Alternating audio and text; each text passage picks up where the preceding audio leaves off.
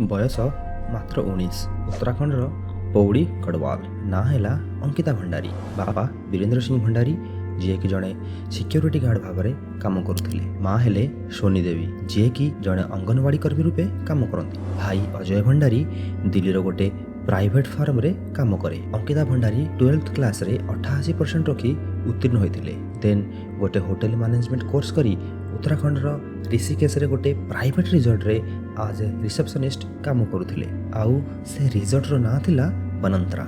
Resort रो मालिक Pulkit Arya son of former BJP leader Vinod Arya जेहेतु सेटा गोटे प्राइवेट रिजॉर्ट थिला सेठी वीआईपी मैंने आसती रहा आउ सेमानकर डिमांड थाए जे सेमानको स्पेशल ट्रिटमेंट मिलू से रिजॉर्ट रु। अंकिता जीवन में सबकिछ ठीक चलता किंतु धीरे धीरे से रिजॉर्ट को आसुवा वीआईपी मानकर नजर अंकिता उपर पड़वा लगिला। से डिमांड कले जे अंकिता ही ताकू स्पेशल सर्विस दो।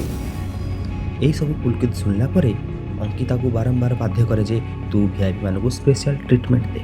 आउ एमती भी होता जे अंकिता को कहगला तू 10,000 टंका ने आउ वीआईपी मानक special service they but Ankita बारंबार मना करे। तारीख थिला सेप्टेम्बर 18, 2022। अंकिता ता सांग पुष्पदीप को कॉल करे आउ कहे जे सांग से माने मते बहुत फोर्स करछंती आउ मते भारी डर लागिलानी कौन करी सांग भी डरी जाइथिला। आउ एटा थिला अंकितार लास्ट कॉल ता सांग पाखे। पुलकित आर्या आउ तार दु जण सांग सौरभ भास्कर एवं अंकित गुप्ता एमाने अंकिता को फोर्स करथिले खराब काम करबाकू काले अंकिता काहाकू कहिदब ताकू एक्सपोज करदब।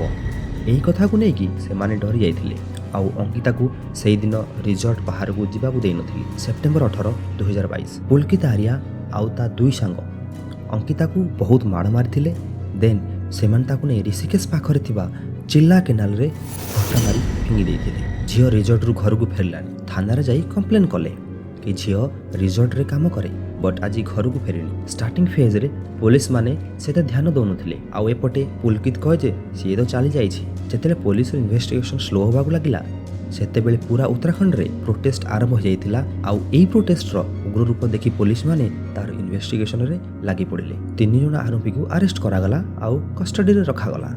हत्या पछर कहानी जानिबा पई गोटे स्पेशल इन्वेस्टिगेशन टीम बनाहला जे कि सब इन्वेस्टिगेशन रिपोर्ट बनेबो। 2 वर्ष परे अंकितार बापा मांकर स्ट्रगल परे अंकिता को न्याय मिलला। अंकितार मर्डर आरोपी पुलकित आर्या सौरभ भास्कर अंकित गुप्ता एमानकू आजीवन कारादंड दियागला। जदि आपनको ये भिडियोटी भल लागिला तेबे please like and subscribe to my channel. रहुची जय हिंद जय जगन्नाथ।